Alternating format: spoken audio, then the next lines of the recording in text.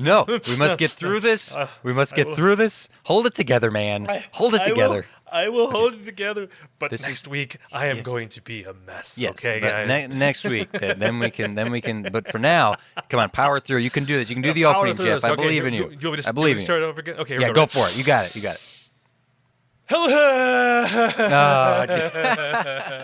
I'm not going to do it. This is your last chance. Hello, Internet dwellers, and welcome back to Top Shelf Disney Animation Studios Library.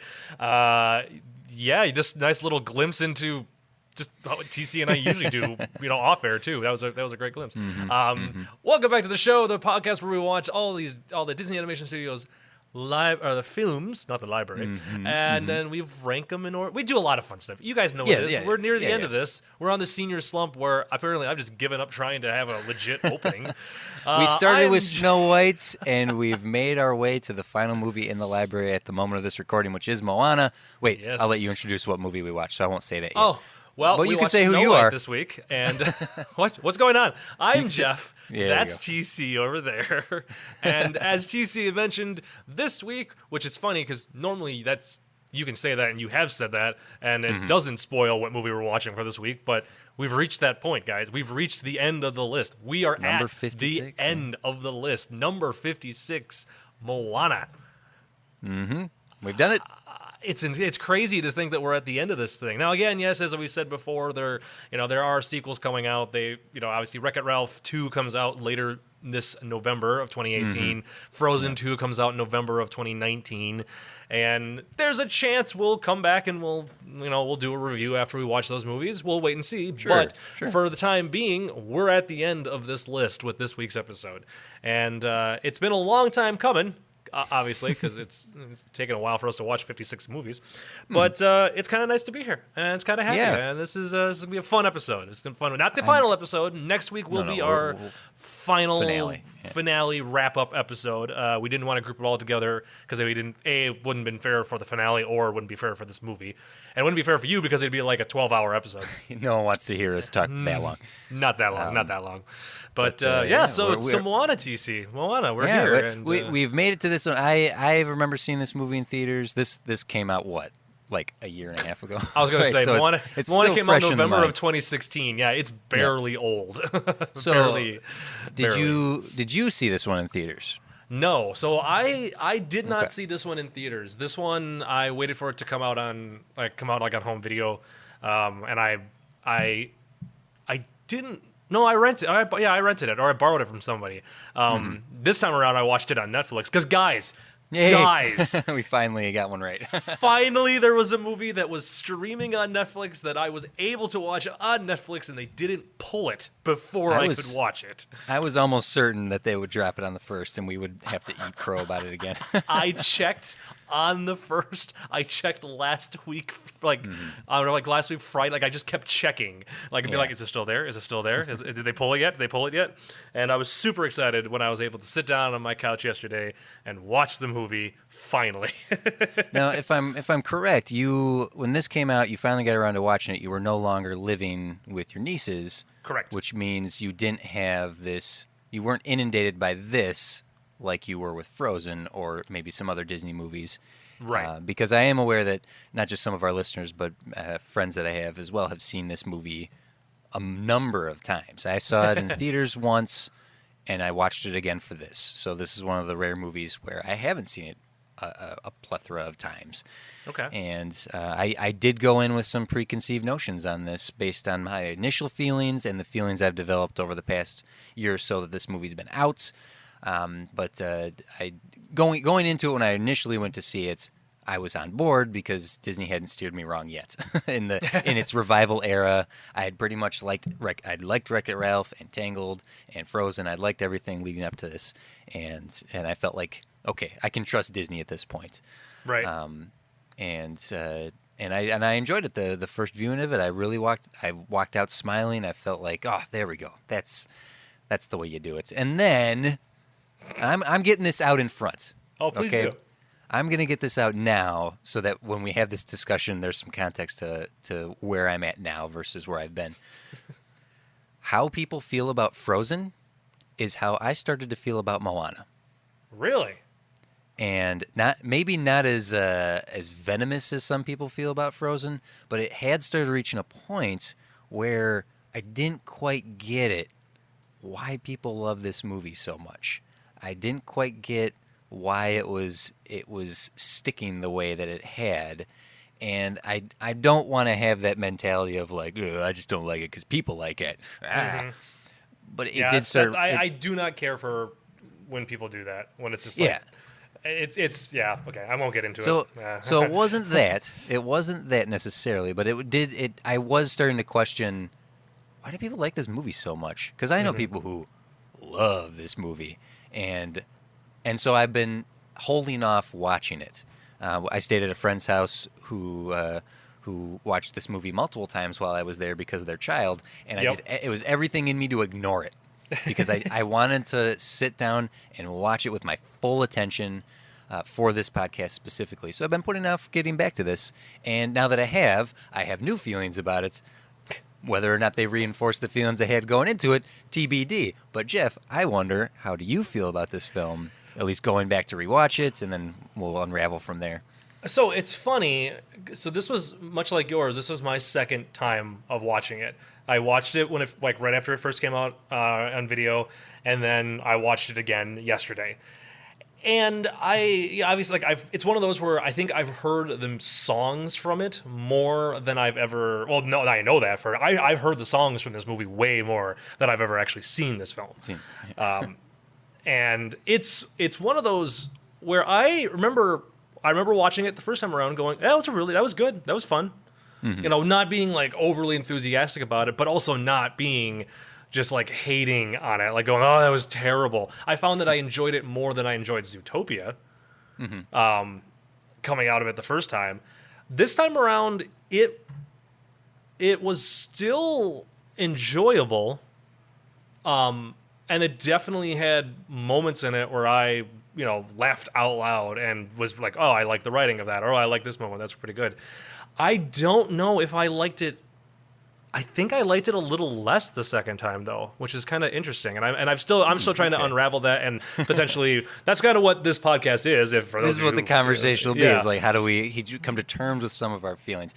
The chemistry, the Disney chemistry, the revival chemistry, all the check marks that they do to create their movies, the Disney machine, worked better on Moana than it did with Frozen, because.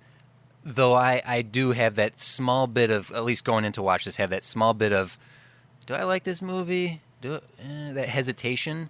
There is not the Frozen reaction to this movie. I don't know anyone who hates this movie like people hate Frozen. Yeah. And I think that's because the calculated moving of all the pieces just worked better this time than it did on Frozen. Now, certainly we can open up to compare this to several other movies, and we will. But I want to specifically speak of the general reactions and the results of this movie. The fact that they got Musker and Clements back. We're talking Great Mouse Detective, Little Mermaid, Hercules, Treasure Planet, and Princess and the Frog. Musker and Clements have returned. And Aladdin. Did I say Aladdin? How could I forget Aladdin? How could you forget? How dare you? So you get two of the most acclaimed directors in the library, right? Right. And then you get The Rock, and even in the worst of movies, you can bet The Rock is going to be good. Yeah. It's somehow that man manages to take any role he's in. Now, which, frankly, you could be like, how you're going to narrow it down, because he does like 28 movies a month. Right. But he's... and a show. and a he's show. everywhere. Yeah. But he almost in... it doesn't matter what the film is or how terrible the movie is. Every movie I've seen him in, I've still been like, yeah, he was probably the best part about it. So, Like, he's always charming. The man is charisma. He's a mountain of it. He is a demigod as far as I'm concerned. Yeah. So you have that. You have Musker Clements. You have Rock. You have the music of the most popular Broadway star currently, Lin-Manuel Miranda. Right. Yep. And I'm going even further into the mixology that is this movie. There's no villain that can be representative of any individual person or type of person. Right. Okay, and I think that will lend into some of the other conversations we're having about some of the other movie references. It is timely in terms that it talks about climate change, and I know that's a very touchy liberal subject, but I'm afraid that's what this movie is about. It's got the princess of Moana. It follows the princess plots. It just checked all the boxes off to create this film, and I've said this before. That's fine. Have that checklist of what we need. The studio demands this, this, this, this, and this, and then it is up to the creative team to meet all those hit all those checks, while injecting it with artistry and creativity and originality. And I feel that this movie succeeded, if only for the fact that they created a Polynesian trust so that this wasn't a Pocahontas problem all over again. Look at that. Disney learning from its mistakes. They're learning, right? And How that's does what I that said. happen? I had said after, I think it was probably Brother Bear that I said it, that just keep doing better. You got to do better, Disney. And this is a perfect example of it. This is aside from Alan Tudyk Watch, voicing Hey Hey, all the main cast are of Polynesian descent. And Alan Tudyk as Hey Hey is the weirdest possible casting. Like, why did it have to be Alan Tudyk? Why Because did he have to do that? Because he needed to be in it. That's why. And they just didn't know how to put him in the movie in any other way. So we're gonna make you a chicken. Now, technically, he did voice the guy who said, "Can't we just cook and eat that thing?" He did voice two characters in this.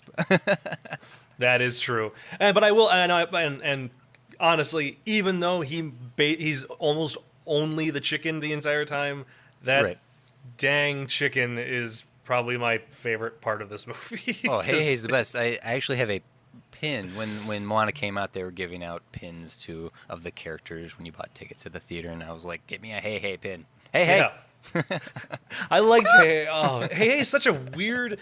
He's one of those characters that we've gotten a couple of them. Like I feel like through this list where you can't quite explain it. He's not vital to the plot, but he's just there he's solely comic relief. That's the he only serves reason his he's purpose there. at the very end when he saves the stone from dropping into the water when she's being chased by the lava monster. It's true. Hey Hey saves the stone at the very last moment. So he does prove his worth at the very last second. But like for the rest of the movie, he is just a nuisance. He's an idiot. I don't know how that chicken has lived as long as it has already in this life. Well, this is an interesting thing because I was thinking about the history of sidekicks that protagonists have had in Disney movies. You have Timon and Pumbaa, you have Lumiere and Cogsworth, you have Carpet and Abu. Like, there's always the essentially the smart one and the dumb one, right? And at first glance, you would think the pig was going to be the smart, precautious one. They're going to be Flounder, and Hey Hey was going to be Scuttle, right? Or that the pig was going to be the smart one, and Hey Hey the rooster was going to be the dumb one. But the pig doesn't come along, so I was like, oh, that's an interesting mix of things here. But yes, that threw me for a loop too. Keep going. She does have the smart sidekick to countermand the idiot sidekick, which is the ocean. The ocean is the smart sidekick who keeps her going. That's a good point. Which that feels very much so. The ocean feels very much so like Magic Carpet from Aladdin. Yes, in the sense that it's a silent. Hey Hey doesn't actually talk. He's not a talking animal. It's not this type of a film. Not until the crab later on, which is weird. But he is in the underworld, so he's kind of a demon, right? So I'm like, okay, that's fine. But definitely the water felt like the ocean felt like the Magic Carpet, the silent, but very fluid and kind of, like you said, the smart one. Very like I picture him being like a street smart, like wisecracking character if they actually spoke, but they don't. And so instead, it's just like, he did have some wit and sarcasm to him for being. We'll talk about nonverbal characters in a moment, because as far as sidekicks are concerned, when I was looking for the image to throw up for the Facebook page before we post, right, or before we record, I noticed that some of the promotional material had the pig Pau, P-A-U, on the boat with Maui and Moana. And so then I was curious, okay, was this a marketing decision? He's essentially a plush doll, right? So he is, Right. well, in the initial stages of the script, the pig was going to go on the journey with Moana. And Musker and Clements looked at it and said, I think we have too many sidekicks. Let's get some ideas here. And this goes to the Tangled. We've moved away from Lasseter's hand in guiding. The Disney studio is now operating independent of him being the guiding force because they've figured out how to run this machine. And part of that is listening to everyone. Anyone has an idea. If it's a valid idea, let's hear it. And so in the discussion of, do we have too many sidekicks? Because we got Maui, we got the pig, we got the rooster, we got the ocean. What can we do here? And then someone suggested, hey, this Hey character is written as mean, and the pig is written as nice. What if lose the pig and Hey is stupid? And this was a last-minute decision. That's why there's so much promotional material with the pig, that the suggestion was made. Musker and Clements laughed just at the mere thought of that, and they're like, okay, you have very little time to do this. This is why Hey doesn't talk. Just make him stupid, and any bit you can come up with that we can use to further the story and break up the drama, do it. And that's how that was the advent of Hey, the stupid rooster. And it's funny that there's a lot of there's stories like that happen all the time, and we've come across a couple of those too, where like it was a last minute, like this isn't working, how do we fix it? But we can't spend a lot of time to rethink this whole thing, and it's like, oh, it's just this. And why was that? Like you sit there and you go, why didn't we think of that in the first place? And because it's obviously that's the right direction to go. Hey is a great stupid sidekick for a very strong female character who, Moana's definitely doesn't fall in line with a lot of our like real old school princesses. She definitely has the more modern, princess that we've seen from like the Princess and the Frog and obviously Frozen and Tangled, where she knows what she wants. She's very strong-willed. She has her future. She's got her eyes set on it. She may not be perfect, because obviously even Moana struggles a bit through the film, but that's good for her character. But she's very proactive compared to some previous princesses. And yes, so definitely. to have the idiot sidekick is an interesting choice, but it mixes it up for what is a pretty standard plot. If we really want to take a look at it, it's a pretty standard plot. That's where that artistry and creativity comes into play. So by mixing it up with the stupid animal sidekick and the fact that there isn't a true villain in this, there's the antagonist that is Maui and them working together. It's interesting because the other dynamic that feels like is Ralph and Vanellope being antagonistic to each other but going for the same goal. It's a very similar pairing. Right. And it's interesting because this movie begins, and this was one of my thoughts that I hadn't realized it during my first viewing, but it was more during this second one. The movie begins with first off with a massive exposition dump. There's a lot of exposition, like a lot of hey, here's all the background you need to know in order for this to make sense. And it's going to take us like 20 minutes to get through. That's not just the beginning. I'll let you keep talking. We'll get back to your point. Don't forget your point. You're talking about the beginning of the movie here. I want to point out, since you brought it up, there is 30 minutes of exposition dumps before this movie kicks off. And I did not remember that at all. And sitting and paying attention and analyzing the film, it is one scene after the other of exposition of here's information you need to know. We're going to open the movie setting up the history of our island. Okay, now here's the history of the people on the island, and now here's the history of you, and then here's the history of and it's 30 minutes before the movie gets going. And now there are other movies that take that long to reach that turning point where the adventure begins, certainly, but it felt longer. That it felt like it took a long time to get started because the movie does not kick off until she leaves the island. And the fact that it takes 30 minutes to get there, it's a little bit of something And I noticed. it almost feels like a completely different movie once she leaves the island too. Oh, sure. The Because hard of cut just comedy starts as soon as yeah, one of the very first things that happens once she leaves the island. You get the blackout of her hitting the sea. Hey falls off the boat. She dives in. Boat goes away, and boom, she's back on the boat. Like the right. comedy even begins at that point. And it's one of those where this is, and we always kind of talk about the story and the structure of that, and I kind of wonder if there wouldn't have been a better way that they could have done some of that exposition. Like I mean, so it was nice knowing, and this is going back to my point from the beginning. The movie starts off making you think Maui is the bad guy. True. Yes. They're giving you the setup of this character that he was a demigod who went out and he took the stone, and like it's just the way that it's shot, the way that they're telling the story, it all comes off that he's a bad guy. So then to be introduced, like reintroduced to him, I guess once the story picks up and gets going, and he is still kind of a douche. But he's not the villain that you expected him to be. Sure. He's not. funny. He's a little he's a little goofy, and he's got his problems, and he's dealing with it. But whatever. Like he's not the bad guy you think he is.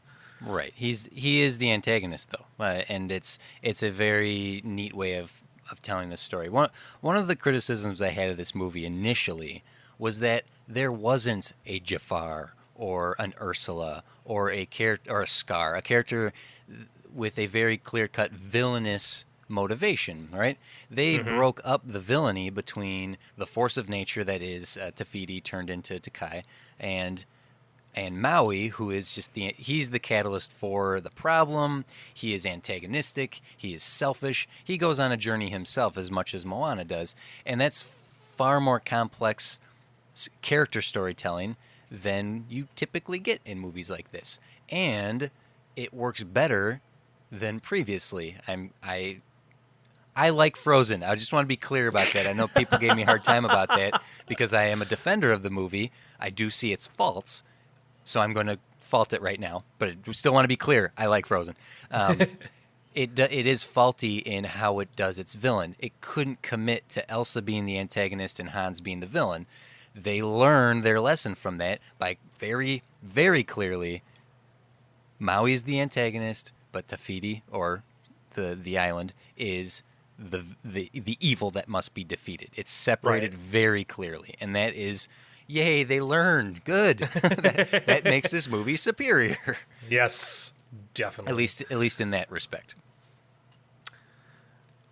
There are 5 non-speaking roles in this movie. Wait, okay, so what? The island? So, hey. Tafiti, hey. Pau the pig. Maui's tattoo, and the ocean. I didn't even think about Maui's tattoo. How great is that? More than half the cast has no lines. Like you get a couple of like of the island, and hey obviously, but for none of these characters have words coming out of their mouth. That's incredible. That 5 cast members. They saved a lot of money on voice actors. Oh, definitely. And you know what? And those characters, they're not any lesser of a character either. Like in honesty, they are all strong supporting characters that are easy to understand. They get their point across, which just goes to show it really is. Again, I made that comment that the ocean felt like magic carpet from Aladdin, and it's just a testament to the directors that that had to been that was like a subconscious or a conscious decision in my point or my guess. Yeah, look to carpet.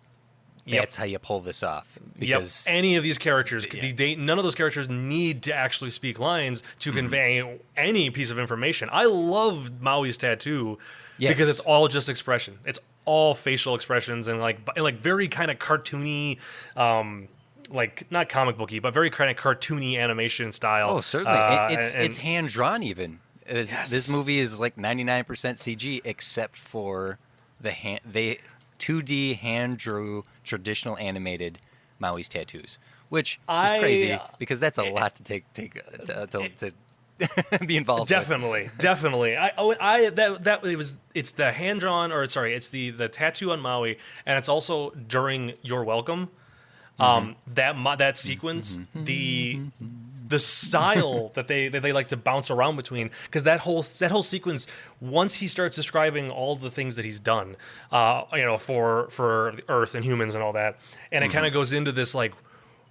I was trying to like what the similarity is or what a comparison would be, but it goes into this kind of like flat 2D or like cardboard cutout style almost as well. Yes. Yeah. During the number, and it's the 3D characters interacting with this 2D hand drawn but still there.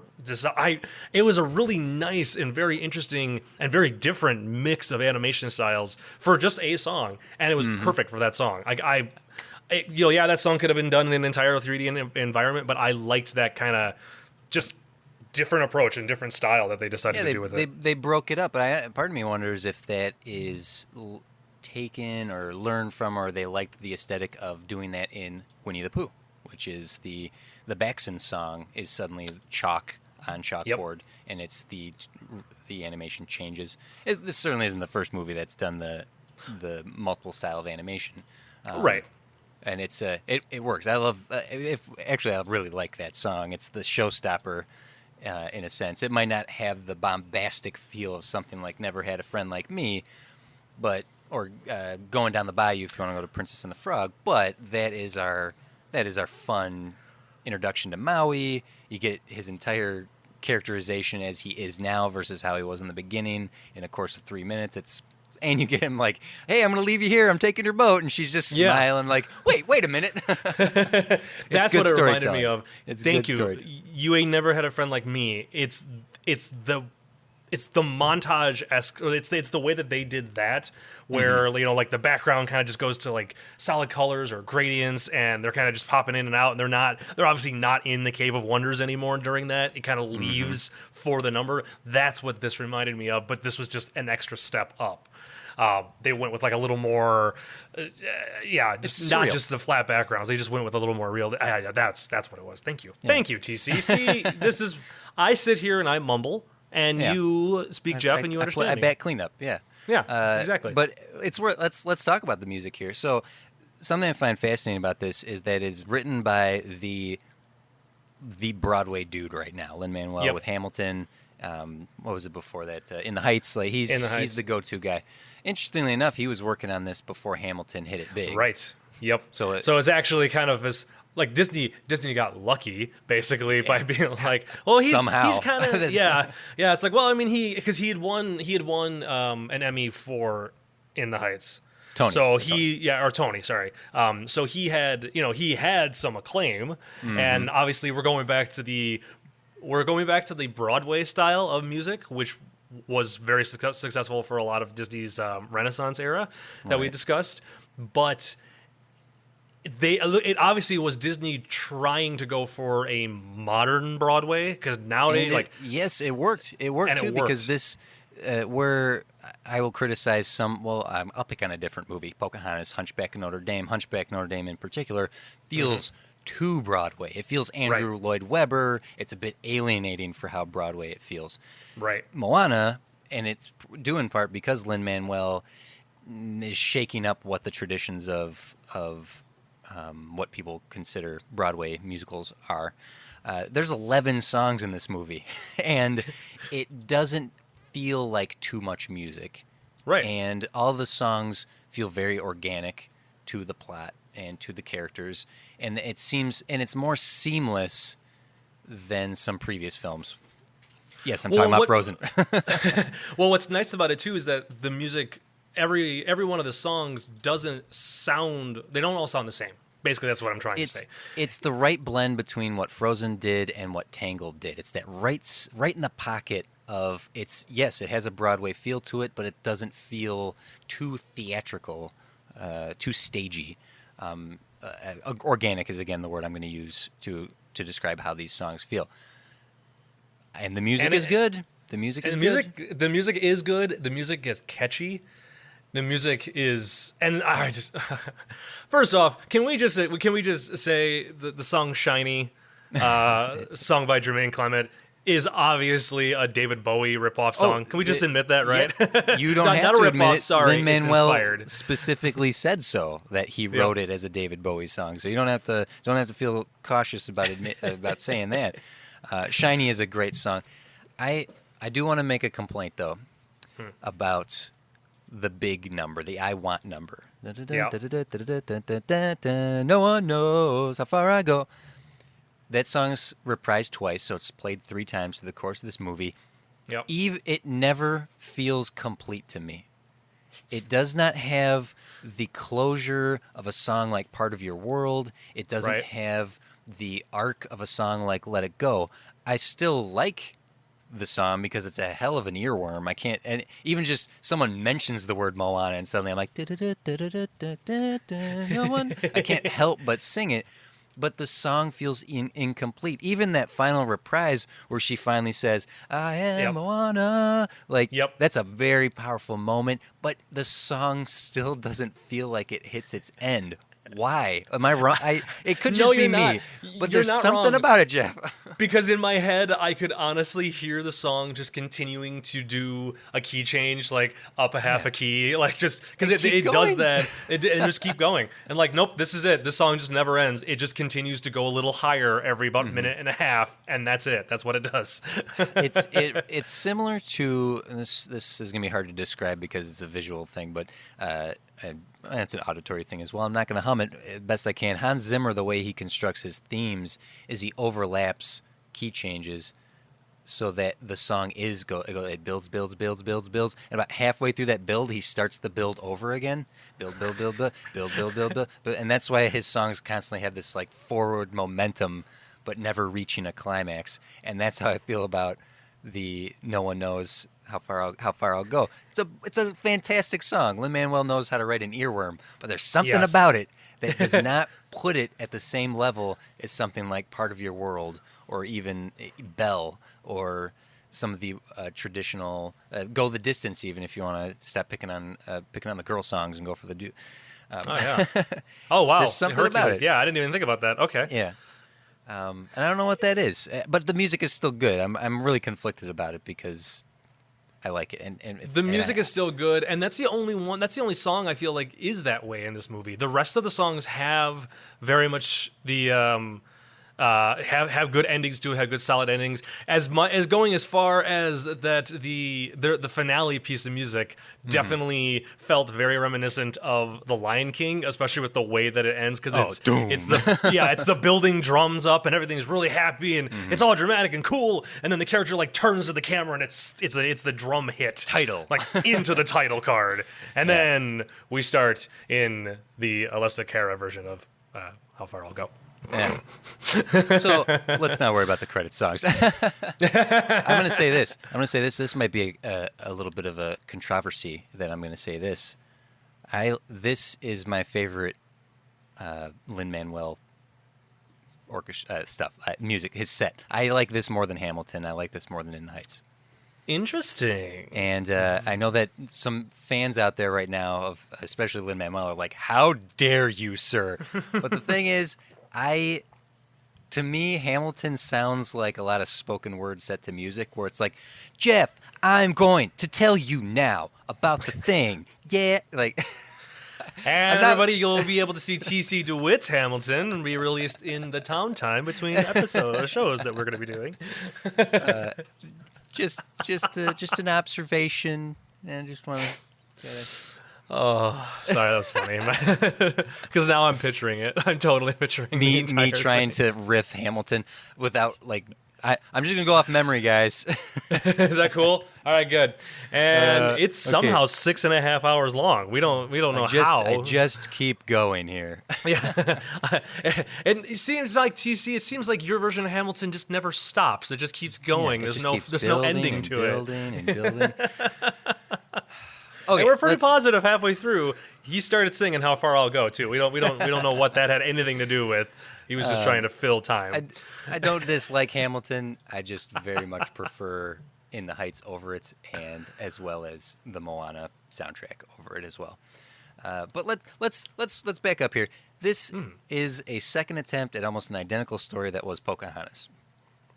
a Okay. chieftain's daughter, a princess, a non-white culture. The water is the metaphor for what the desires of the main character are. An old grandmother who imparts her wisdom upon the protagonist.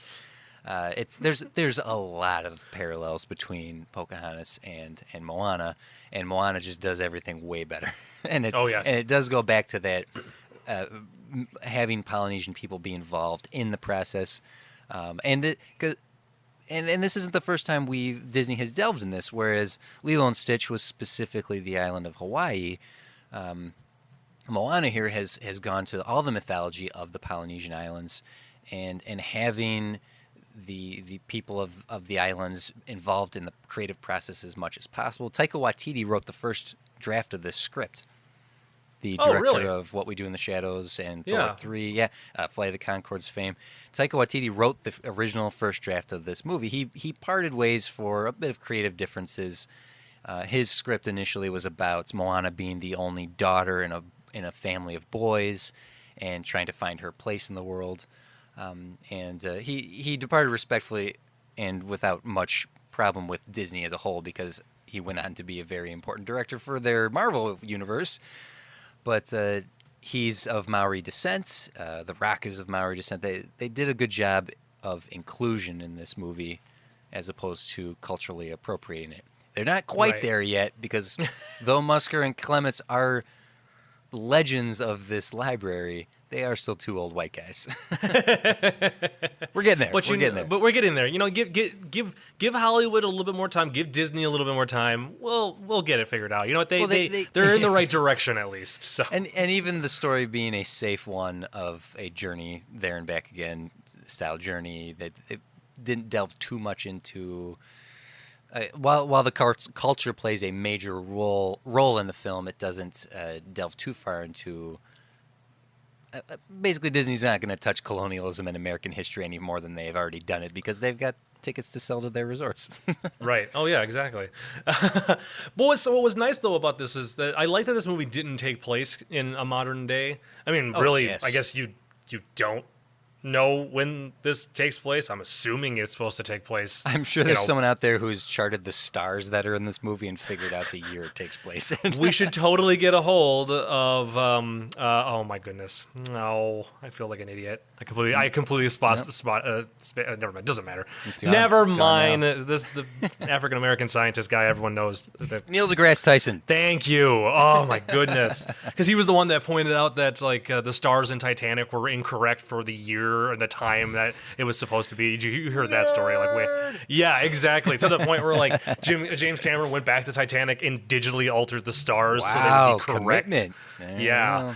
go. So, but we just got to get him, and I'm pretty positive if we asked him when Moana takes place, then he'd be able to tell us. Actually, I'm Yeah. gonna look it up right now. I'm sure the writers are also decided when the movie takes place. But I do like though that it's set in this just era, like this unknown time that's not now, and it still totally works. Like it doesn't Yeah. feel like, oh well, it would have worked better if it took place in a more modern time. I like that it's kind of just it's an area that Disney hasn't hit before. It's an area we haven't really seen in movies because I didn't know any of this sort of thing because this is all based on actual Mythology. mythology, right? This yeah, is- this I is I didn't know Polynesian that. and Maori mythology brought to the screen, which is this is not something that's touched in major cinema hardly at all. So this is a nice step forward in terms of inclusion to a people, and it certainly takes place pre-colonial, right? There's no European influence on the characters per se, and historically the islands in Indonesia there was heavy exploration between the islands for centuries, and there was a hard stop. And it's actually check this out. You can find information on this through Wikipedia as well as some cool YouTube documentaries.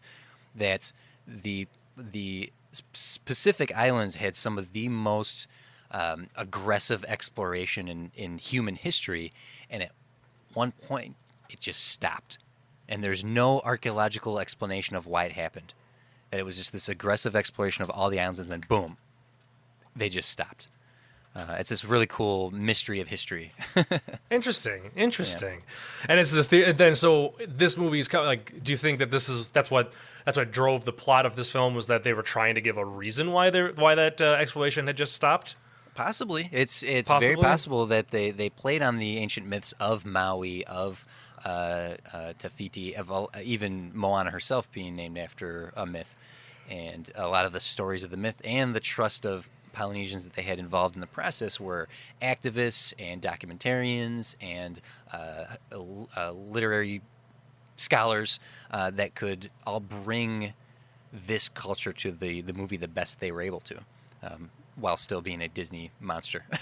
And I like that. And I see so many Disney movies aren't, they're not based on like. And I guess it still is a fairy tale. I guess I mean really when it comes down to it, it's still much like all the other Disney film, not all of them, but a lot of them that are based upon either existing work or is based on a fairy tale or a story. Hmm. So I guess it's really not any different than that. But I like that it opened seeing this movie kind of opened my eyes to wanting to know more about this sort of thing Yeah, instead of it just being like, oh, it's another princess in a castle and somewhere in Europe. Like, okay, whatever. no, it's something that we've credited before. I credited Mulan for this. It's that delving into a culture we haven't seen, specifically in this library. It's nice to break away from what is rather traditional of this. What by not just this what this movie does is it offers us a look at myths that aren't familiar to us as a general culture of people of moviegoers. Because how much do we know about the Greek myths? How much do we know about even the Roman and the Norse myths?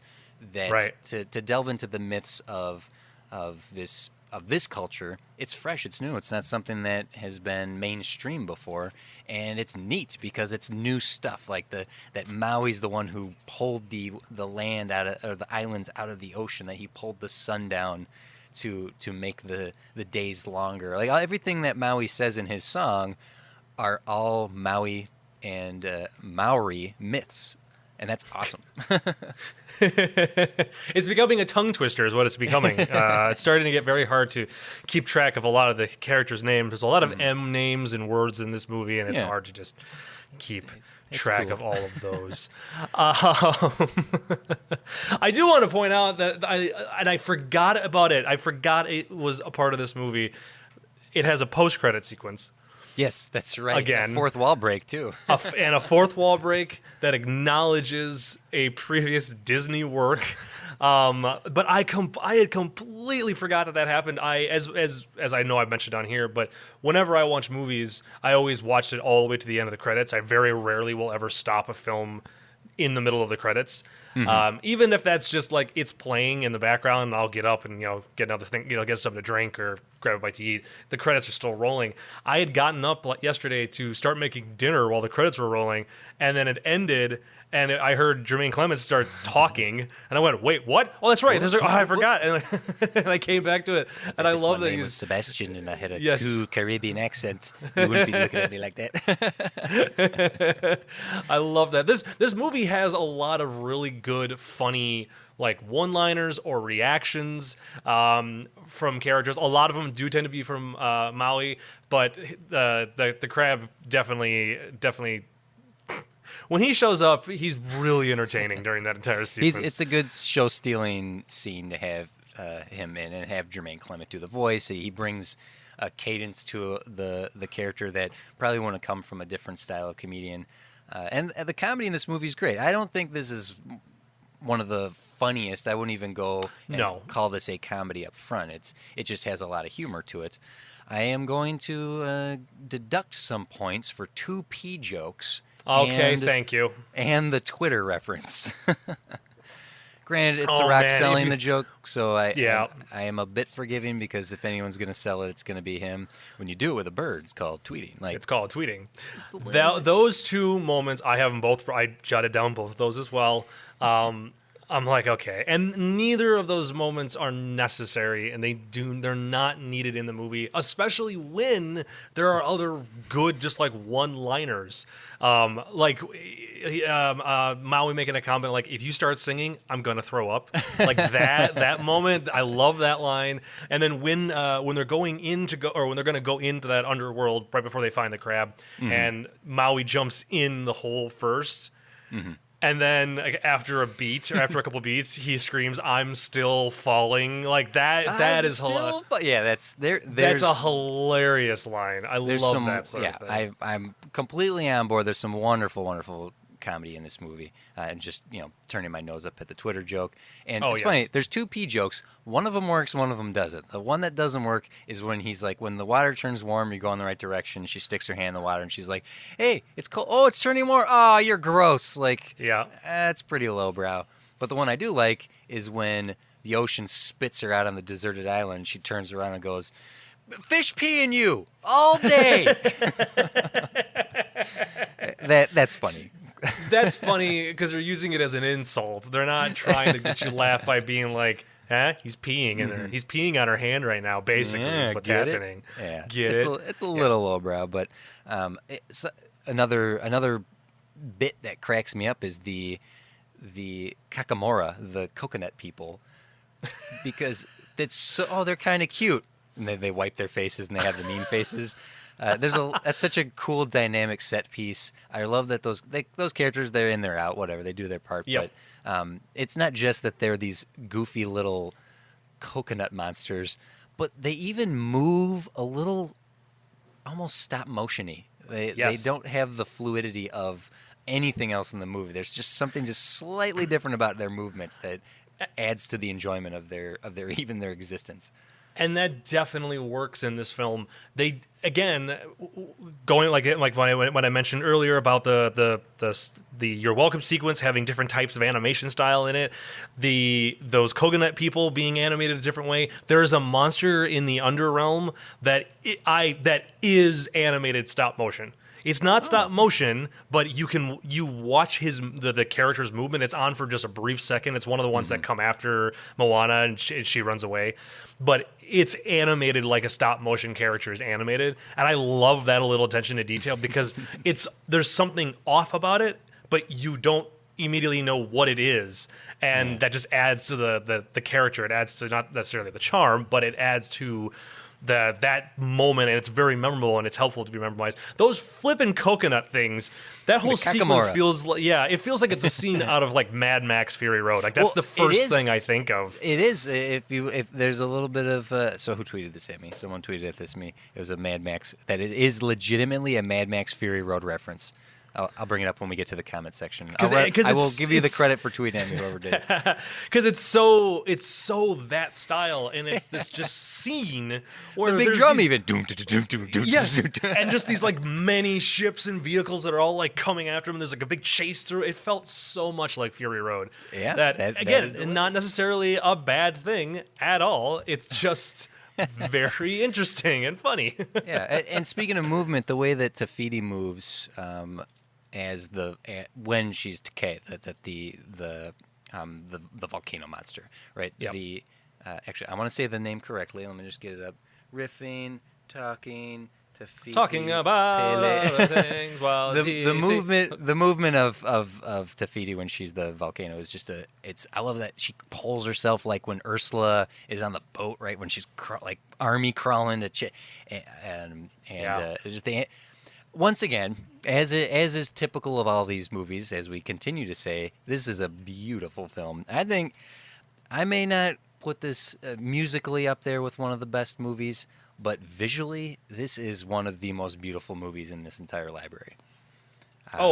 Definitely. Yeah. Oh, and last week we were praising like how pretty Zootopia was, and like how Disney had really started nailing, and how I felt that Zootopia was solely just for them to go, look, we can create snow environments and sand environments and in jungles.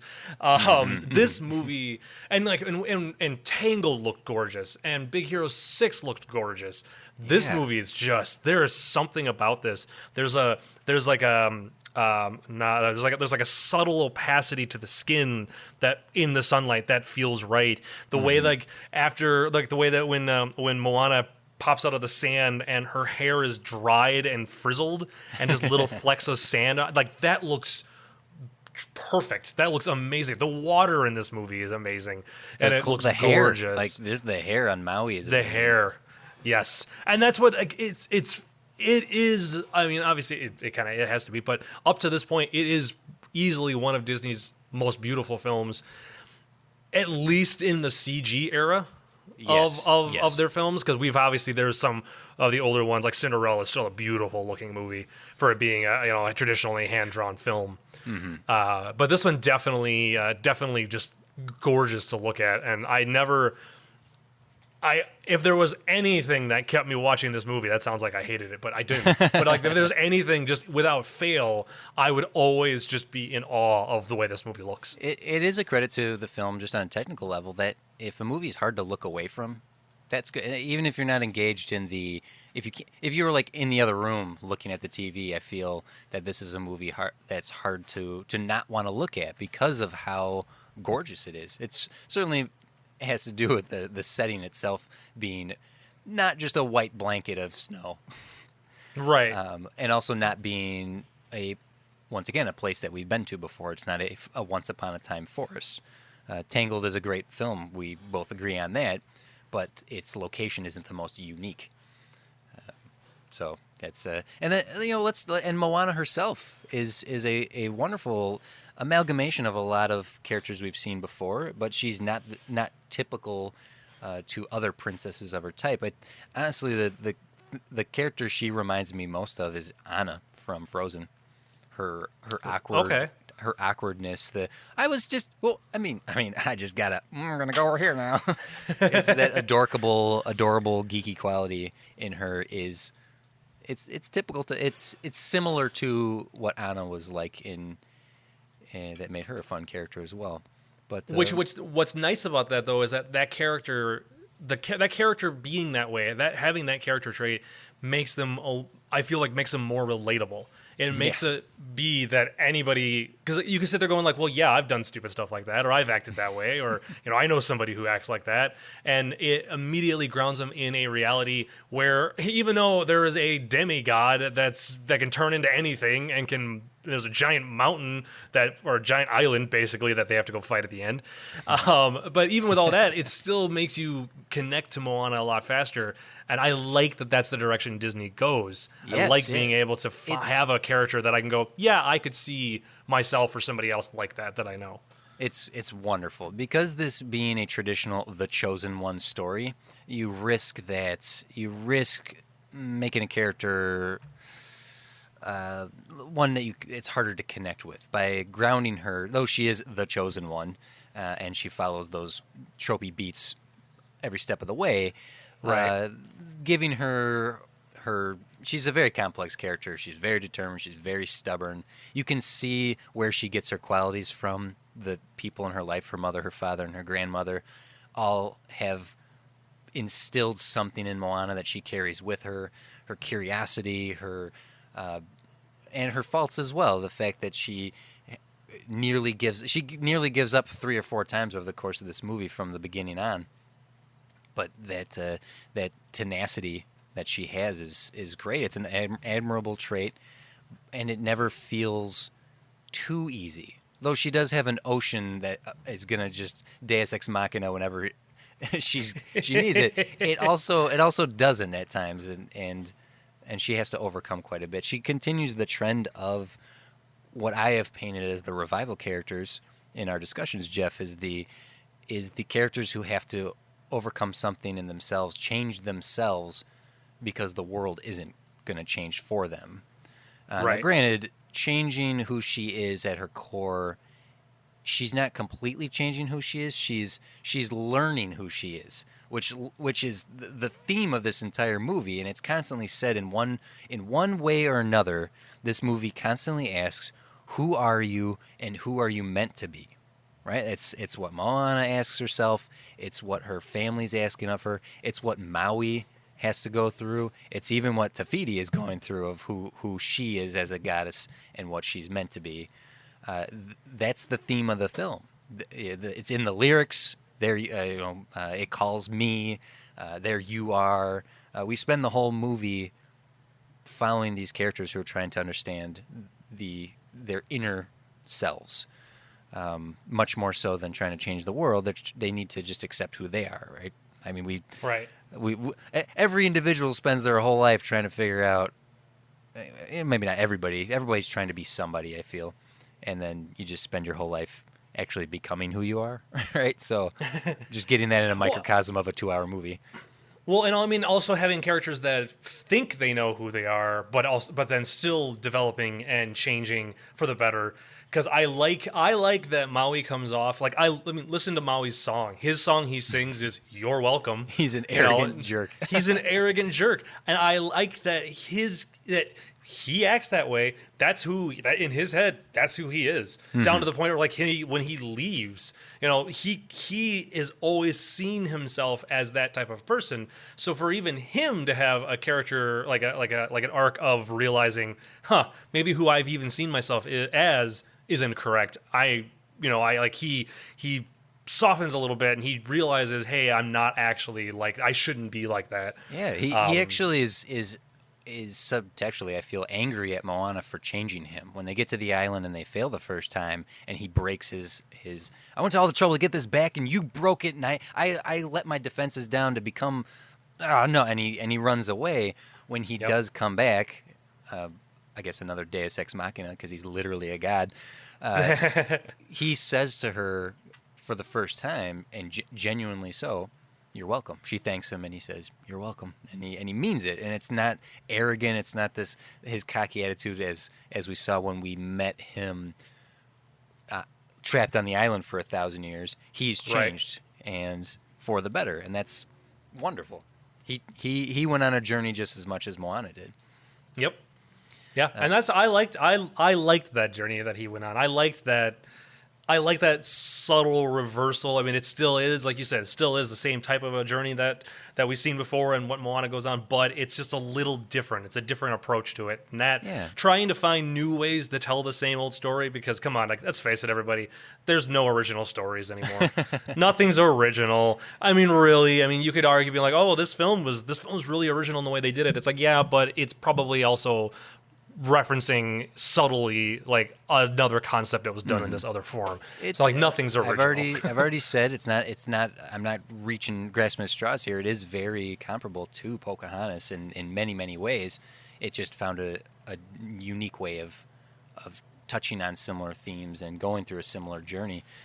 Something that I really like about this is and this is a small thing, is just how the message of destiny and fate and the calling between Pocahontas and Moana is different in that final conversation with their grandmothers. Grandmother Willow says, you had your dream. You have to figure it out. You have to figure out what your dream. It's on you. It's on you to save the day. Whereas Grandmother Tala says to Moana, maybe it was too much to put this on you, and I'm sorry. You can go home if you want. It's up to you. Mm-hmm. And it's a different message to give to the children who might be watching this, or the individuals who might be watching this, that it doesn't all rest on your shoulders. Sometimes you just because the call of destiny is calling to you, it's up to you to choose how you answer. Maybe I'm stretching that a little bit, but it's a little more mature and complex of a message than something like the Once Upon a Time, it's your destiny, you got to do it of previous films. Right.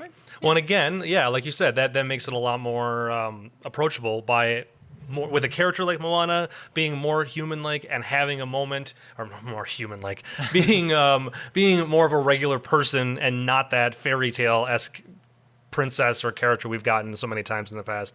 But then, and also having moments like that, it makes that movie more accessible. That's what I was she gets to choose. She gets to choose. Her grandmother says, "I never should have put so much on your shoulders." as opposed to Grandmother Willow, who says you're obligated to do this. Your dream said so, right? That's very touching and much more human. I'm just gonna go with your phrase. Human works, guys. It's Human more of is a an okay reality. thing. But because that is instilled in her from one character to another, from the mentor of her grandmother to her as a protagonist, she gets to choose, and Right. that subtle change in the story is beautiful. It's wonderful. I love that aspect of this, and it makes Moana that much more of a character, like you said, that can be related to. Right. Yeah, I mean, I relate Interesting. more to Maui myself, if I'm being honest. Well, it's because You're you welcome. are a 5'1" guy with bulging muscles and tattoos all over your body. People don't get to see a lot of images of me, but I am that big. I am that strong. Guys, yeah. if you guys and gals, okay, especially the ladies, if you really want to know what TC looks like, just picture Maui. Yep, that's me. I, on the other hand, look like Hey. With the two crazy eyes and just the weird look on my face, constantly falling off a boat. It's not a really good look. I'm sorry. I'm sorry to put that in your guys' head. Well, let's reel it back But here, that's Jeff. where it is. Let's reel it back in here. There's a great moment with Grandmother that I made a note of that I hadn't even remembered, but when it happened, I was like, wow, that's really neat. And it's when she dies. We don't get to see it on screen, but when Moana is finally taking the boat past the reef, she looks back, and there's that whoop, and all the lights go out on the island, and then Right. the luminescent stingray goes underneath Moana's boat. It's this beautiful visual symbology of grandmother passing away and entering the spirit realm. It's really a really And it's neat subtle. way to You do can that. you can Yeah. easily miss it. You can easily not realize it. I mean, she comes back later on in the movie as a ghost, Yeah. or as a spirit, but that moment, it's very possible to miss that connection. Yeah, That's what happened, and it was really neat. But it's so beautifully done. Also, Luminescent Stingray is the name of my ska band, so just actually, it feels like no. It's not my ska band. It's my emo punk band. Oh, okay. Luminescent Stingray needs to be an emo Luminescent punk Stingray. band. Everybody coming up next with their hit song, Fishy. It's Luminescent Stingray. Yay. Fish hooks in my soul. Here we go. Fish hooks in my soul. Here we go, guys. You're welcome. Oh, All right. man. So so TC, there is something I do want to briefly talk about because I know it's gotten brought up a couple times on this podcast, mostly by Okay. me. Yeah. But there is a theory. Ah, Okay, everybody. There theory is time. a theory. Yes. That. I can never remember. Dang nabbit! What is the crab's name? Oh, man, it's the one I didn't write down. Okay, hold on. I got it here. It starts with a T. Tamatoa. Yeah, there you go. Tamatoa. Okay. Tamatoa. The theory is Okay. that he is Genie's former master from Aladdin.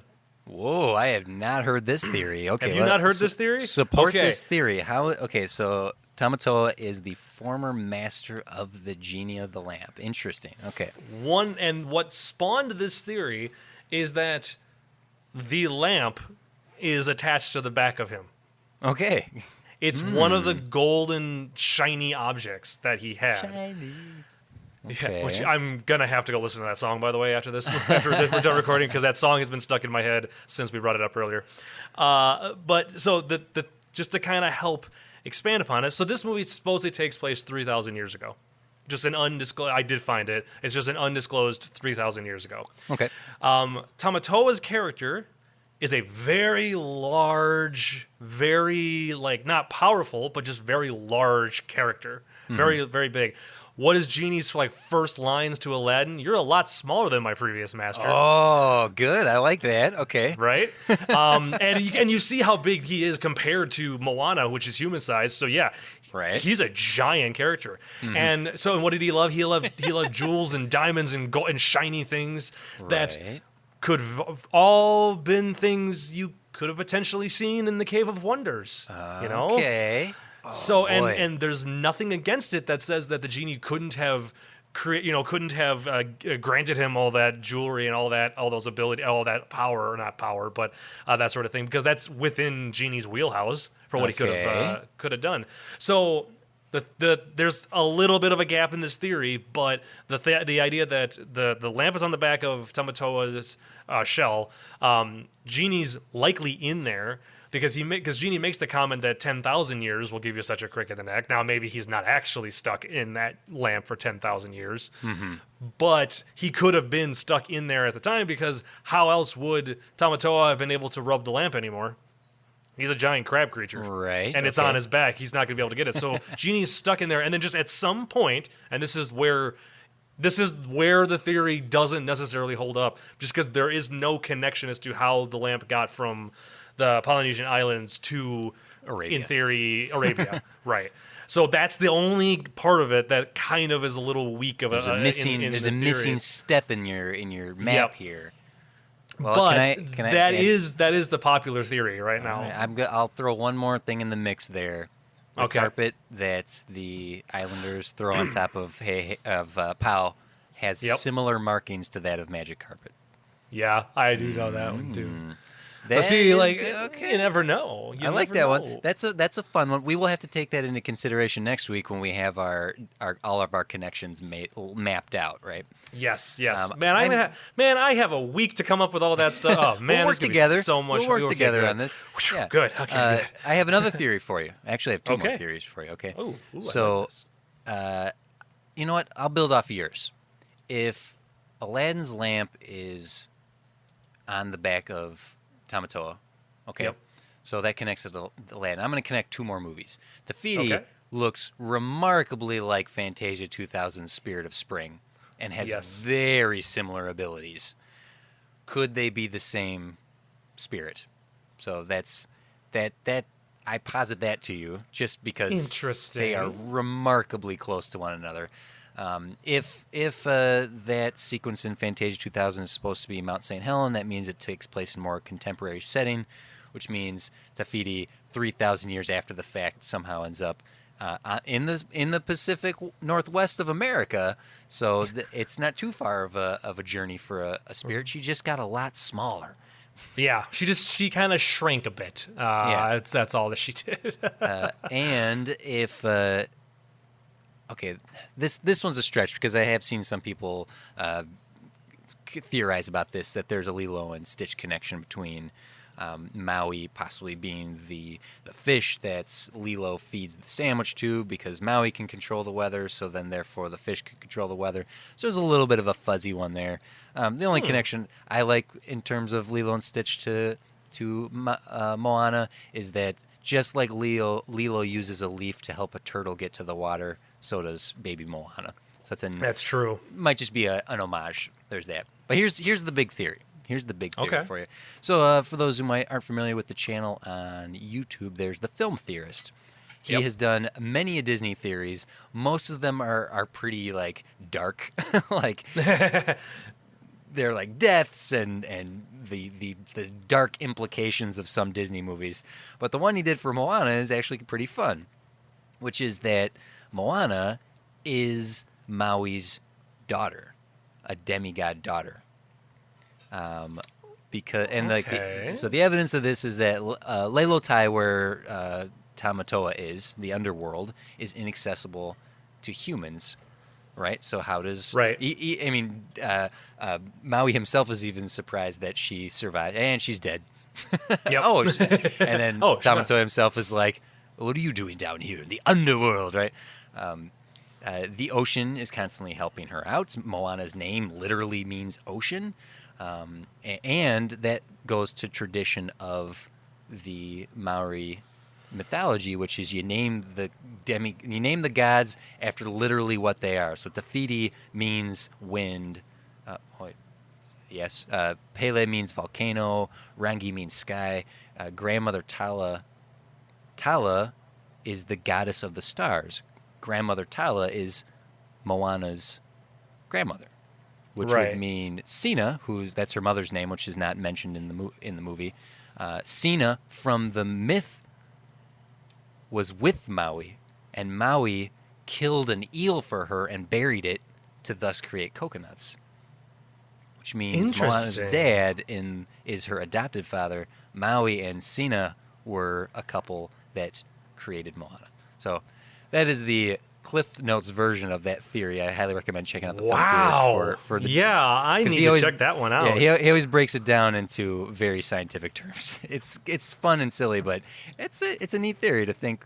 It explains quite a bit of things, like why the ocean is so very helpful to the chosen one. But Yeah, so yeah, there because you when go. really there's no reason for that. Unless there's more to it, basically. So there's that. Like this. To just discuss Moana just a little bit more, the necklace she wears, the spiral that is the heart of the ocean, that's on the sail of the boat. That is the karu, which is from Maori tradition, and it represents the unfurling of a fern, of the fern frond of a plant, and it symbolizes life and new beginnings and personal growth and hope and start and perfection and rebirth and awakening and purity and all these like beautiful things that Moana represents by the end of her journey. So the fact that she's this rejuvenated spirit of a demigod seeking out her father and not even realizing it just makes it a potentially more complex story than they initially, or that they ended up giving us. So whether you subscribe to it or not, it's just a fun notion that Moana is there. Well, but Jeff, we need to decide if we're gonna say that she is, or if we subscribe to that theory enough, she then enters into the Wizard's Duel. Okay. Well, I we will have to have to decide. watch I'll watch the film. Do we decide right now? No, we don't have to decide right Okay, now. But okay. those listening can also tweet at me if you subscribe to this, or if you disagree, or if you just want to see her in the Wizard's Duel and get taken out in the first round. People just being like, she has no magic powers. What she got? She got the power of water. What is she? What is that? That's all she's got, and she can't That's even all really she's got. control that. Get out of here. But yeah. So were there any trope or any? Well, did you have any other theories? Well, there was no other theories. I do have a couple of tropes for this movie, though. Nope, there weren't any. There weren't any. Yes, there was, TC. You already know, number one, everybody at home, say it with me. Perpetually barefoot protagonists. Yes, there we go. Everybody, I heard everybody shout that one at. Boy, that's good. As if millions of voices suddenly shouted out, saying, "Stop it." Of course, we have animal sidekick to the protagonist. Yep.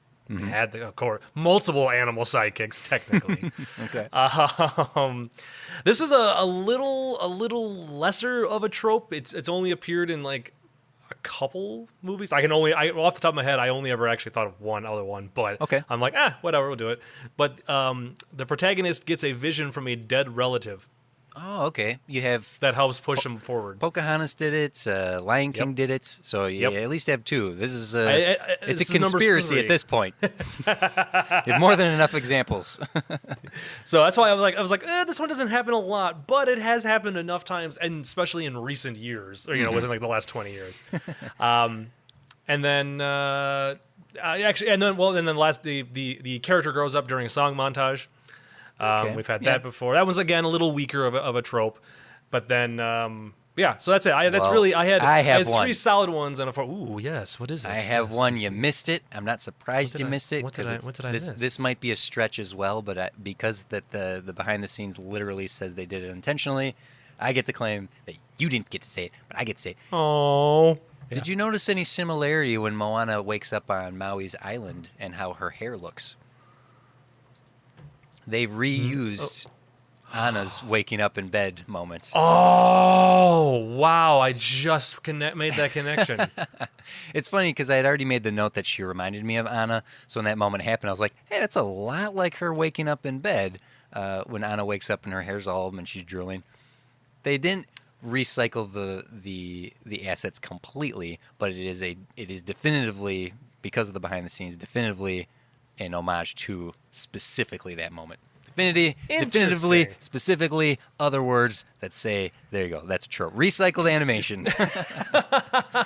Boy, we haven't had a recycled animation in a long time. Right? Yeah. Wow, that's busting out a long dead trope that we used to have. Revived it. Would you say, we don't even have to agree on this or not because we know it's true. Could you show this to kids? Yes. I know more than a absolutely. few people who watch this religiously with their children. Yeah. Then the question remains, is that okay? There's nothing in this movie that's bad that kids couldn't watch. That it would be entertaining. I feel like, except for that first 30 minutes of just massive amounts of exposition being thrown at you. Once Moana gets off the island, the next hour and 10 minutes is fun. It's fine. It's enjoyable. It's funny. It's bright. It's actiony. There's a lot of good moments in it. It does have a good lesson. I like that lesson that we discussed of that Moana, just because she's the chosen one, doesn't have to do it. She can make up her own mind. She can make her own decisions. I like the fact that she is a strong-willed character. That's good. That's a good character to have. I was going to say little girls, but that type of a character in the world, in a movie in general, is good. It's a good role model, for both. For sure. It's a good role model for anybody. It doesn't matter. Just being strong-willed and you do what you feel is right. Do it. Come on. Yeah, 100%. This is a movie that it's good for kids. Like, it's not going to annoy the hell out of you like some other similar movies are. Actually, I'll go to the comments section right now if you want me to. Let's head do that direction. Over at facebook.com/topshelfpod. You can see all the episodes that we have posted in this 56 movie library, and you can rebuttal to anything we have to say, anything we have said, anything you want to elaborate on, and we'll discuss our deep thanks to the continual comments section that we've maintained over the course of the series next week. Yes. But for this movie specifically, to further our point that this movie's perfect for kids, Thomas, thank you for your comments here. My two-year-old nieces think that this is the greatest Disney movie ever, and they're rarely wrong about things like this. So there's that. Scholzy, and I'm aware of this one, this is his son Oscar's favorite film. He asks to watch it daily. Scholzy goes on to say it's so good. He says maybe the overall best soundtrack. I have admitted I like this soundtrack quite a bit, but I'm going to disagree with you on Scholzy. I would disagree as well. Yeah, it's and I love Hamilton. I'm one of those people. Like, guys, Hamilton just makes me happy when I sit and listen to it, and it's just good, catchy. I like Hamilton, but. Overall soundtrack, I think the Renaissance. Tough. I think the Renaissance wins out in terms of soundtrack. When you think of Beauty and the Beast, Little Mermaid, Aladdin, overall, I think those songs. Time will tell. Maybe in another 20 years, we will still continue to sing all of the songs from Moana. But I think what actually hurts this, and this is very. I'm going to just have to admit, this is very white of me to say this. It's hard to sing along with the songs in a foreign language.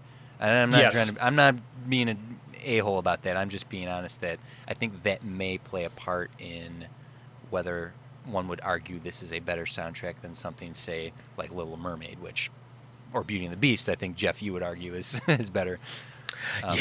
Beauty and the Beast still great, is still though. My favorite. Still great, though, across the board. Scholzy, you're not wrong. There isn't one bad song in this soundtrack.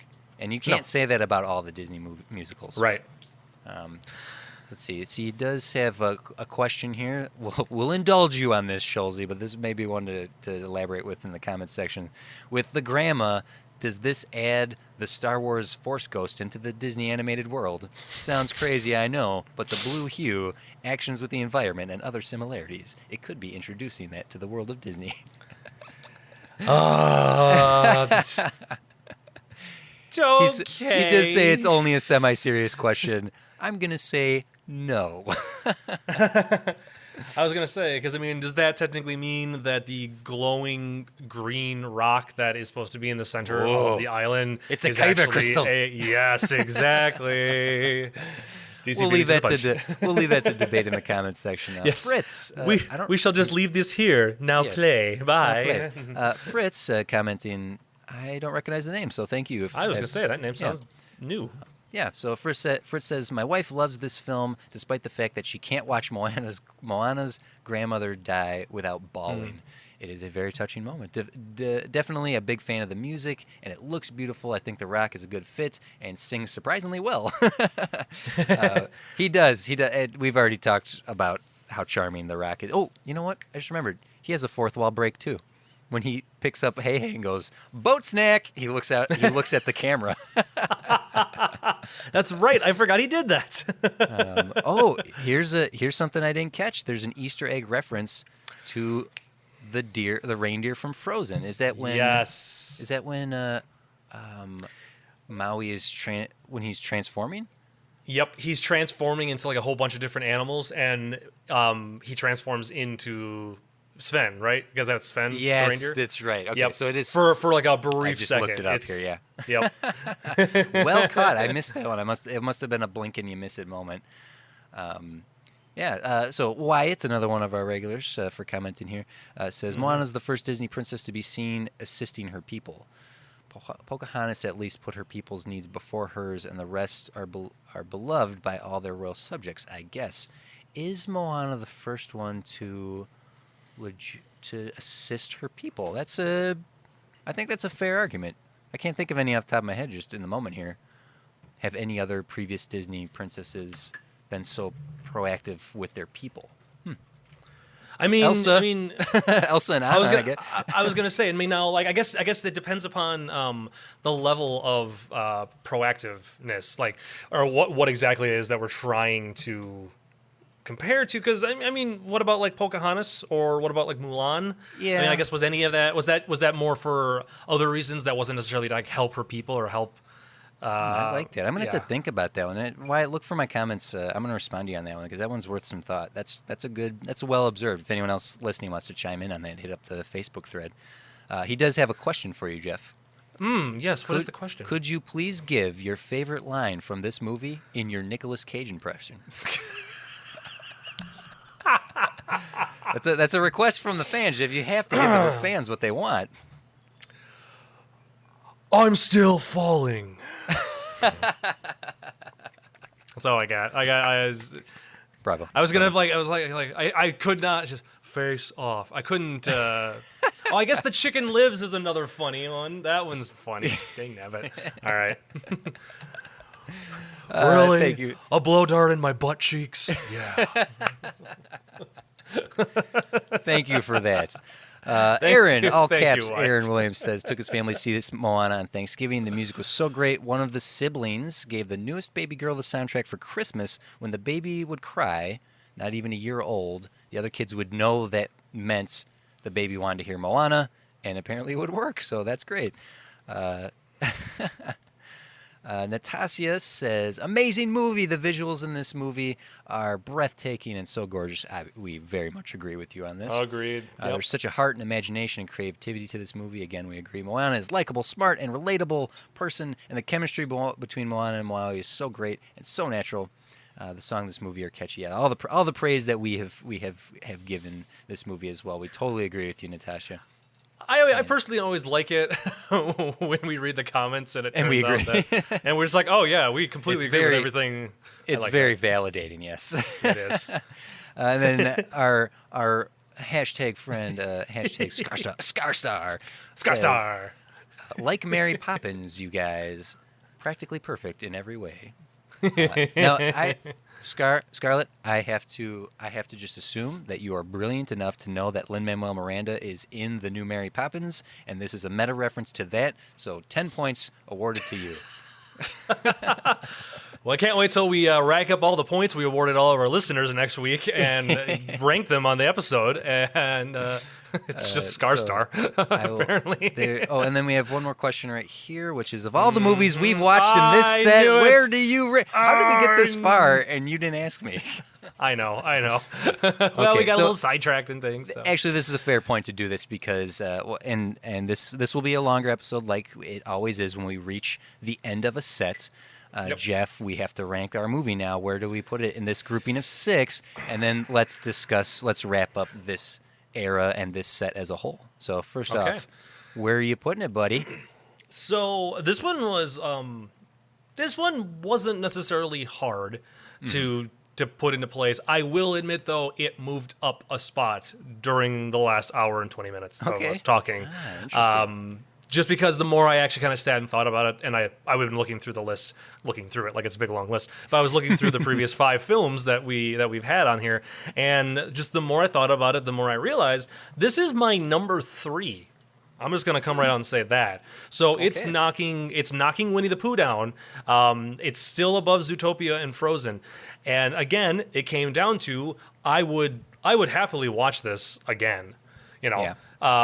I like the small amount of humor in the film because whenever there is a joke, at least in my head, it lands really well and very Yep. solidly. So that's good. Despite the troubles of all the exposition in the first half and it taking. Excuse me, and it taking a while for the story to get going. If you look past that, once the movie gets going, it's a really fun movie with fun characters, good action set pieces, like a nice emotional moments, a lot of good jokes, Mm-hmm. and some really really catchy songs during that. So it's got an even balance in my head of good and bad, Mm-hmm. pluses and then faults. But, so that's why I put it in my number three, just because it's kind of a good middle of the road movie. Big Hero 6 is still funnier, and I love the action scenes in that. And Wreck-It Ralph is just it's Wreck-It Ralph. It's a great film. Sorry, it is, really is. So those two movies just Moana doesn't touch those films, but it's also not like it's nowhere near the level of my opinion on Frozen. Of your, TC. yeah. So yeah, it's my number three. I'm going like right in the middle with it. Right All in the right. middle. Okay. Well, for my take on this, they when I sat down to rewatch this movie, I wasn't quite sure I was going to enjoy it as much as other people do enjoy this movie. I tried not to go in with a chip on my shoulder. I tried not to be that I don't like it because everyone else does, which we've complained about earlier. And I found a lot more joy in the movie than I expected. The humor lands nearly every single time. I love that this is the joy of discovering, of self-discovery. You know who you are, right? That this offers. It intrigues me and I want to know more about these myths, which must be incredible for the people that are ancestors of Polynesian descent, that to have a movie that's not just representing them, but also opening a door of interest that I may not have ever even thought about before. I think that thematically, that this movie isn't as risky as Zootopia. Well, Zootopia that's a risky film. What they chose to talk about in that movie is not. It's a touchy subject, right? The touchiest that Moana gets is, when you really look at it, it's a movie about climate change, which really ticks some people off. Right. People who don't like to listen to scientists and legitimate studies. I'm showing my true colors by talking about it that way, but that's the touchiest it gets, and that's subtextual. This movie plays a little safer, but it also does things very, very right. When you look at the Renaissance era and the musicals, right, it does a lot of things right in terms of the Disney musical library, because not all these movies are musicals, right? Right. It does so much stuff right from the Renaissance era. It skips out a lot what was wrong with the latter half of the Renaissance, and it even improved upon stuff that Tangled had done, while also fixing some of the missteps that Frozen had done. So it's when looking at this at this set of six, right? We only have two musicals. We have Moana and we have Frozen, right? Winnie the Pooh doesn't count. Not really. Right. And when it comes to representing the Disney musical, which is more traditional, it's the thing that people think of first. Moana is superior to Frozen because it doesn't alienate. It doesn't make dumb errors in how you're going to present a story. When it comes down to it, though, I don't love this movie like I love Wreck-It Ralph.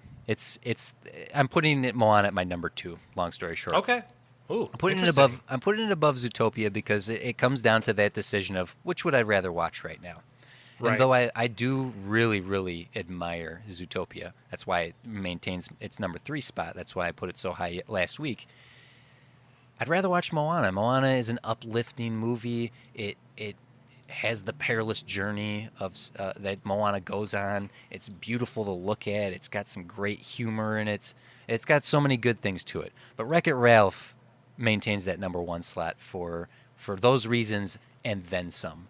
I don't know how much more I can say specifically about that. I've made my decision. It stayed at number 2, And you actually helped me make that decision over the course of this conversation as well, Jeff. Well, I'm happy to have done that, TC. That's what I'm here for. In all fairness, you, like I said before, it moved up. It was going to be my number 4. It was going to be underneath Winnie the Pooh for me. Oh, But wow. listed, like talking to you about the film and just a lot of the good things about it made me kind of rethink that and made me kind of question and put it up on a little bit higher. It's just a great movie. It's a feel good film, and it's the tradition of so many Disney movies before it, where it doesn't.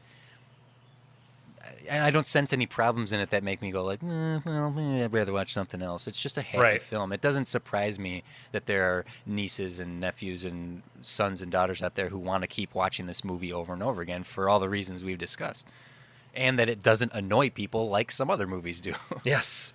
Yeah, it definitely does not. It's in my book, it's not a very annoying film. I think this movie would have been more, for me at least, would have been more tolerable to have watched on, ad nauseum with my nieces on repeat. But I don't know. I will never know because that's never going to happen. But it is a fun film. It's a very fun and enjoyable movie, and it's a great way to end this series, end of this set. Yeah. We've reached the end of this library.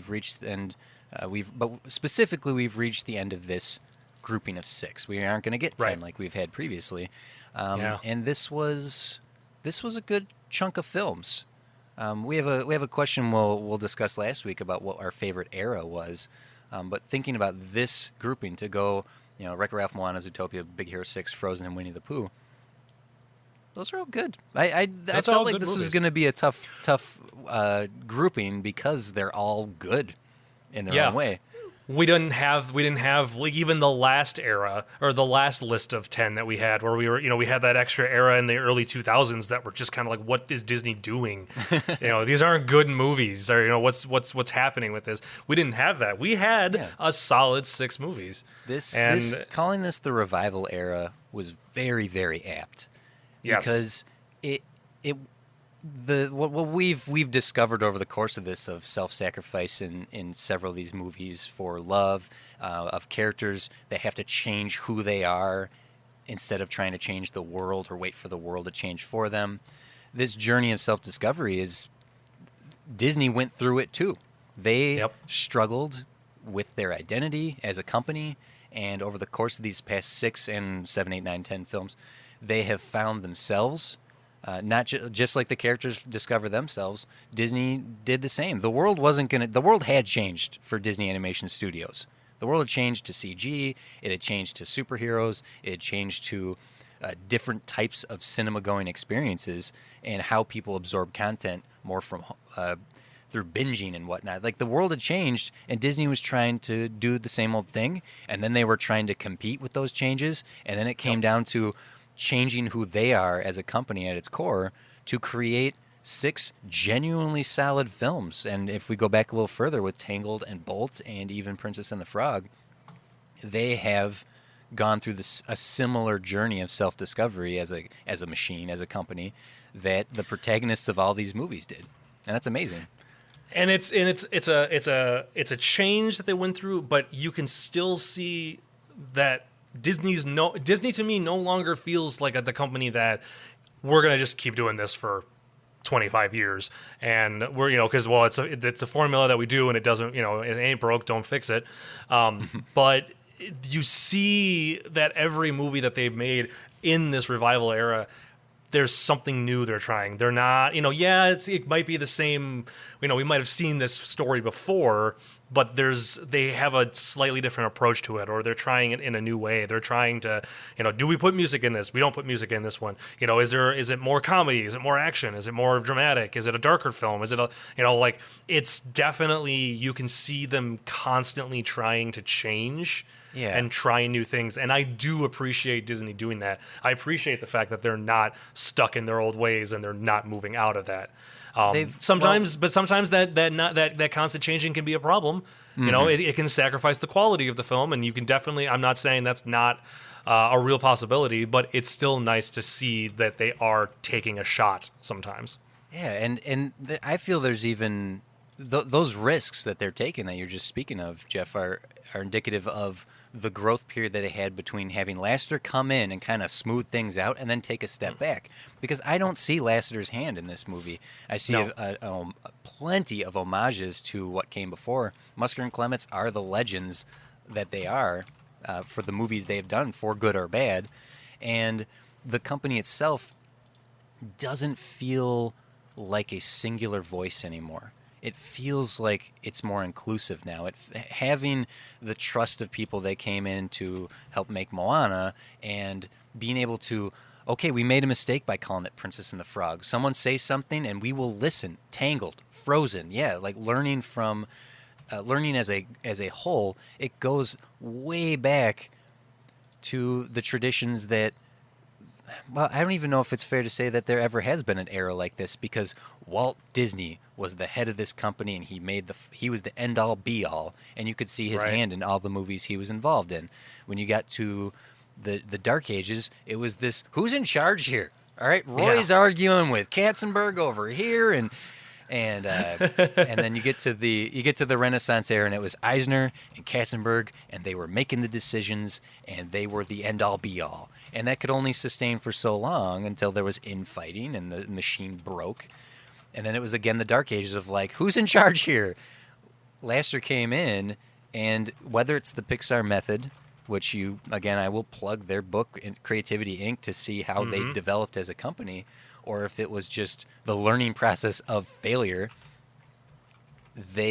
it feels now that, yes, there is a committee that makes these movies, but at least the committee doing it are invested in making good films. Right. I hope, Jeff, looking to the future, that Wreck-It Ralph 2 and Frozen 2, two sequels back to back, and you know how I feel about sequels, Jeff. Yes. My hope is that this era that we are existing in now maintains that creative collective voice that I feel we've just experienced in these past 6 films, in this particular chunk and the couple before it. Lots of that talking. was beautiful, TC. That was lots I of talking. loved Sorry. them all. Whoa. Guys, we began the episode with me crying. You gotta end it with me crying. This is Ed, horrible. you know what? That's fine. What are we watching next week? Let's jump Well, to so the. next week No. Gosh, I don't know what to do with this part of the episode. I'm so used to having to say, well, next week, everybody, as we said at the beginning of the episode, in all honesty, next week we will be back for one final episode where we're going to go over all those long-standing questions, the questions that everybody online has been submitting to us, the Wizards duel, just our ranking, what was our favorite decade. We have quite a bit to talk about next week. Yeah. And then just kind of a general wrap-up for the show itself, general wrap-up. So yes, but so no movie next week, guys. I mean, if you want to watch one, You can. Yeah. I mean, go find 19. No, this is gonna be this is a family podcast. Okay, I should have thought of a movie faster. I couldn't think of a good one for a family. Well, go here's watch the Who thing. Framed Roger Rabbit, everybody. Come on, do that. We will toss up like we do every episode. We've told you what we're going to talk about. We allow you guys to ask questions and comments that we can then discuss on the show. We'll do that for the finale as well. And now's your chance to ask us. You can tweet at me at TC's Big Head. You can tweet at Jeff at Random Bell. You can hit up Facebook.com/TopShelfPod, and you can ask us any questions. Like, so some people have been tweeting and sending us stuff to just, whether they're quick conversations or short ones, like who's our favorite princess, or what was our favorite sidekick, and stuff like that, or what's the worst of this, or what's our favorite this. It's there's a lot of fun short questions that we will be asking of each other. But if there's anything you'd like us to discuss beyond that, feel free to comment or tweet at us, and also share your final thoughts as well. We will continue to engage you guys on the Facebook page for every episode that we've already posted. So any new thoughts you might have if you go back to watch a movie, please continue. But anything beyond asking us questions, if there's any final thoughts that you as listeners might have for us, feel free to shoot them over to us, and we will happily get to as many as we're able to. I already can, looking at what I have from listeners through Twitter, I already have more than we may be able to get to, but we will try to get to them all. Definitely. Well, TC, this feels weird. How do we end this episode? I don't know. But you know what? I just want to say, so far, this journey has been very fun. I thank you for doing it, and I thank all of our listeners. Again, we're going to come back next week where I'll get all sappy and emotional and sad and crying and Nicolas Cagey all next week for next week's final episode. But just I everyone, guess then everyone TC, lists all the impressions they want to hear Jeff do. That's true. We haven't done impressions in a long time, TC. It's been a very long time. Anyway, you were getting to something. No, I was just going to say, I mean, if you got nothing else, TC, I got nothing else. So I guess that means do the sign-off? I guess, Question yeah. mark? So thank you, Jeff. Thanks for chatting. This has been a podcast. We've been the people you've been listening to, and this is our sign-off. That's a very good sign-off. It's a sign Oh, jeez, thanks, Mr. Cage. Oh, jeez. Oh, Mr. Cage, I don't even know. I'm a wizard's apprentice, and I'm magic. Whoa. I thought I was the apprentice. Oh, jeez, Mr. Who's on the poster, little man? Me, not you. My name's on it. I was in How to Doesn't Train matter. Your Dragon. Apprentice off.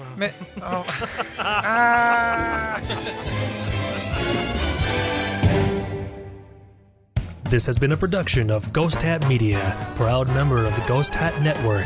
Find them online at www.ghosthat.net. I like the ending.